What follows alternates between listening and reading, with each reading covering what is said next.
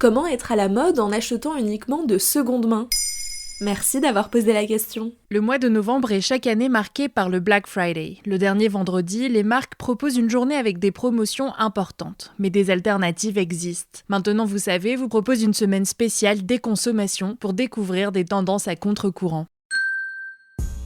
On aurait pu penser que Britney Spears se rasant la tête en 2007 marquait la fin de l'ère des jeans ultra taille basse. Pourtant, en 2022, les adolescentes se ruent chez Urban Outfitters ou sur le site chinois Shein à leur recherche ou en quête de crop top à motif papillon ornés de strass. Sans se douter que les fonds de placard en sont remplis. L'industrie du textile est responsable de 10% des gaz à effet de serre émis, des vêtements sont produits en masse et voyagent entre des usines éparpillées à travers le monde où les conditions de travail et les salaires laissent souvent à désirer. Pour ne pas encourager la fast fashion, le secret est d'acheter moins de vêtements ou de fouiller dans les vieilles affaires de votre famille. Mais si c'est le frisson du shopping qui vous plaît, alors il reste la seconde main. Mais il y a de nouvelles tendances tout le temps, comment on fait si on est maître à la mode ? La grande majorité des tendances ont déjà existé au cours des dernières décennies. Prenez les grosses baskets de type Buffalo à la mode en ce moment. Les Spice Girls les portaient déjà dans les années 90. Sans parler des indémodables comme le trench coat, il est utilisé par l'armée britannique depuis 1820, puis c'est Hollywood qui en fait une pièce incontournable à la fin de la Seconde Guerre mondiale. Autant vous dire que vous en trouverez en friperie ou sur un marché aux puces, sûrement de bien meilleure qualité et moins cher que dans les grandes enseignes.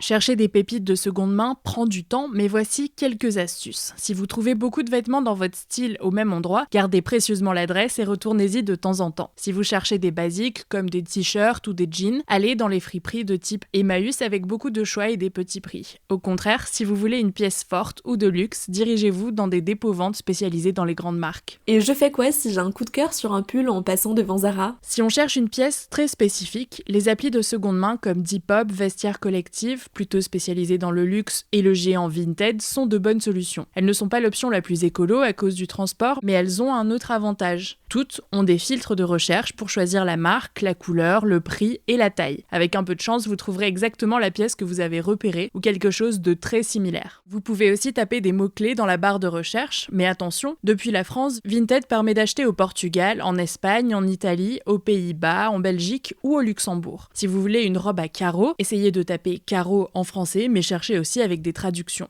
Les tailles ne sont pas les mêmes selon les marques, alors pour vous assurer que le vêtement vous va, demandez les mesures et comparez-les à celles d'un vêtement chez vous. Ok, mais je ne vais quand même pas acheter des sous-vêtements de seconde main ou des chaussures usées. Bien sûr, mais des vêtements neufs, même étiquetés, dorment dans les placards de beaucoup de gens. Sur Vinted, vous pouvez sélectionner l'état des articles, par exemple neufs, avec ou sans étiquette. Et si vous ne trouvez pas votre bonheur, il reste les magasins de déstockage, physiques comme Mistigriff ou en ligne comme Showroom Privé, qui rachètent les invendus des marques, même si ça ne met pas fin au problème de la surproduction. Voilà comment être à la mode en achetant uniquement de seconde main.